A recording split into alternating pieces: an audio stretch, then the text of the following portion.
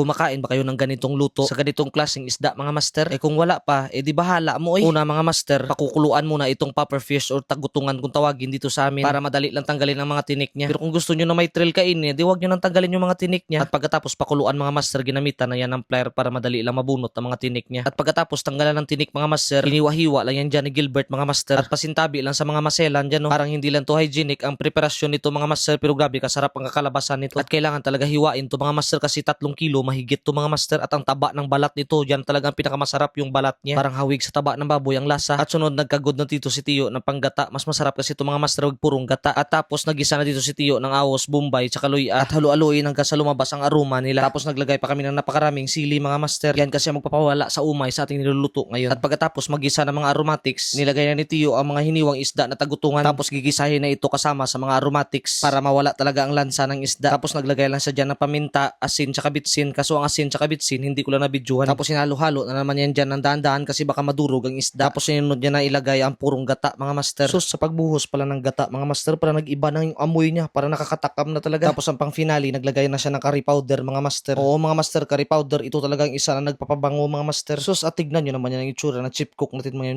master. Oh, kondisyon man kayo. At yung nakikita nyo na parang hilaw na yung sa gilid mga master, atay yun, pinahuli talaga lagay yun kasi pambilis yung madurog. At pagkaluto, dinagdagan lang namin yan dyan ng sibuyas, daunan para dagdag aroma at lasa na rin. Sus, tanawa, ragod na mga master ang plataporma sa itong pagkaon diya. O, napay alimango nga ginataan po. Meron pang ginisang ampalaya, ahwa na, lusartan na lang kulang. Kaya tara, kain tayo mga master. Maraming salamat talaga sa pinsan ni Mrs. na nagbigay nito ng isdang tagutungan. Sila talaga yan ang kasama ko mga isda dito sa amin mga master, kada baba ko sa barko. Pero ngayon parang wala pang time para sumama doon sa kanila palaot mga master kasi medyo busy pa dito sa bahay at medyo malayo-layo kasi doon sa kanila. Pero sige lang, baka makapatagat tayo sunod. Bahala mo